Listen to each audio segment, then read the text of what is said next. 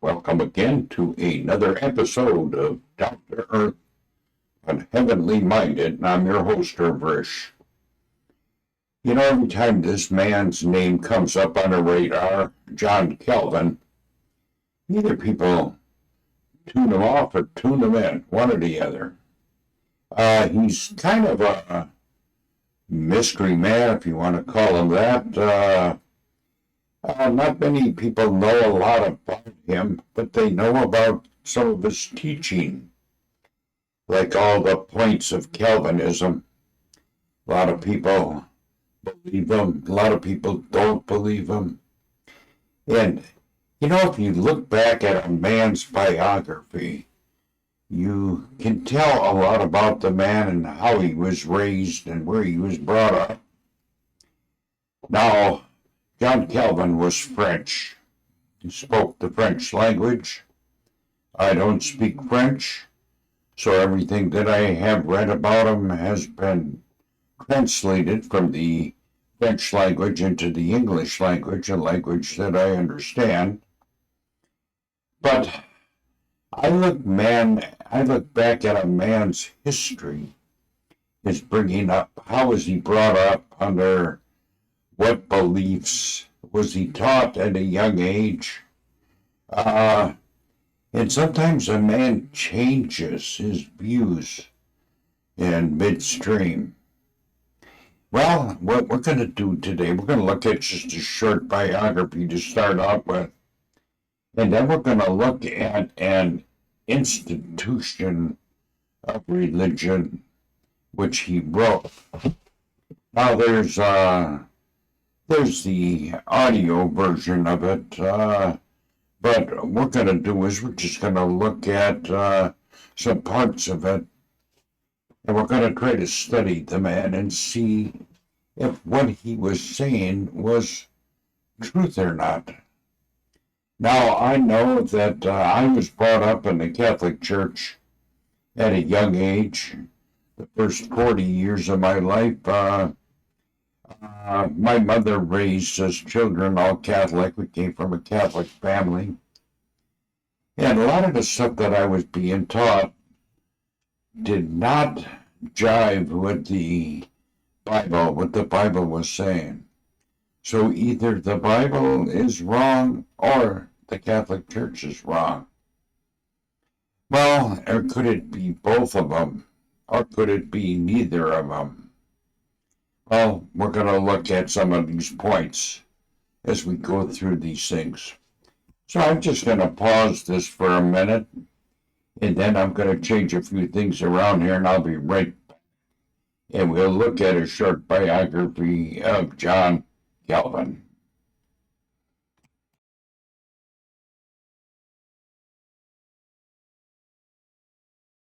John Calvin, French reformer and theologian. Summary. Born. Died. Related topics. Importance. Biography. Born July 10, 1509 in Noyon, France, Jean Calvin was raised in a staunch Roman Catholic family. The local bishop employed Calvin's father as an administrator in the town's cathedral. The father, in turn, wanted John to become a priest. Because of close ties with the bishop and his noble family, John's playmates and classmates in Noyon, and later in Paris, were aristocratic and culturally influential in his early life. At the age of 14, Calvin went to Paris to study at the Collège de Marquet in preparation for university study. His studies consisted of 7 subjects: grammar, rhetoric, logic, arithmetic, geometry, astronomy, and music. Toward the end of 1523, Calvin transferred to the more famous Collège Montaigu. While in Paris, he changed his name to its Latin form, Johannes Calvinus, which in French became Jean Calvin. During this time, Calvin's education was paid for in part by income from a couple of small parishes. So although the new theological teachings of individuals like Luther and Jacques Lefebvre d'Etaples were spreading throughout Paris, Calvin was closely tied to the Roman Church. However, by 1527 Calvin had developed friendships with individuals who were reform-minded. These contacts set the stage for Calvin's eventual switch to the Reformed faith. Also, at this time Calvin's father advised him to study law rather than theology. By 1528 Calvin moved to Orleans to study civil law. The following years found Calvin studying in various places and under various scholars, as he received a humanist education. By 1532 Calvin finished his law studies and also published his first book, a commentary on De Clementia by the Roman philosopher, Seneca. The following year Calvin fled Paris because of contacts with individuals who through lectures and writings opposed the Roman Catholic Church. It is thought that in 1533 Calvin experienced the sudden and unexpected conversion that he writes about in his foreword to his commentary on the Psalms. For the next 3 years, Calvin lived in various places outside of France under various names.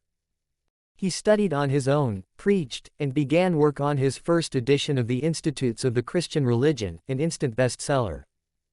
By 1536 Calvin had disengaged himself from the Roman Catholic Church and made plans to permanently leave France and go to Strasbourg. However, war had broken out between Francis I and Charles V, so Calvin decided to make a one-night detour to Geneva. But Calvin's fame in Geneva preceded him. Farel, a local reformer, invited him to stay in Geneva and threatened him with God's anger if he did not. Thus began a long, difficult, yet ultimately fruitful relationship with that city. He began as a lecturer and preacher, but by 1538 was asked to leave because of theological conflicts. He went to Strasbourg until 1541. His stay there as a pastor to French refugees was so peaceful and happy that when in 1541 the Council of Geneva requested that he return to Geneva, he was emotionally torn.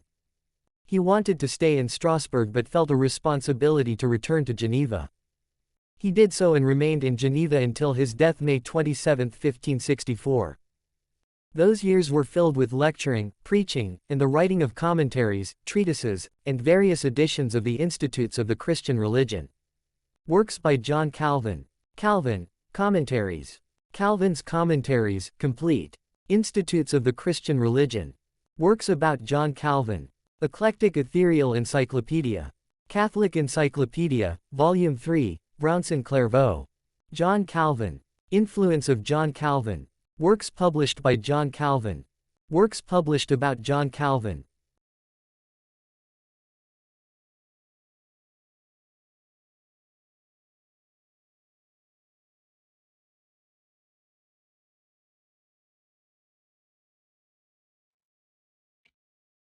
This gives us a little basis on a few things that we can go by on the man's life, John Calvin.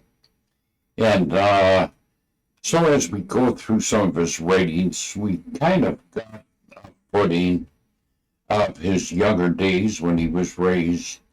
I know this doesn't cover a lot, but it does give us something to set our hooks into as we start to go through the man's teachings and his life. So with that said, we're just going to close this episode of Down to Earth but Heavenly Minded podcast, and we're going to start going through some of his writings as we said. So with that said, bye for now and God bless.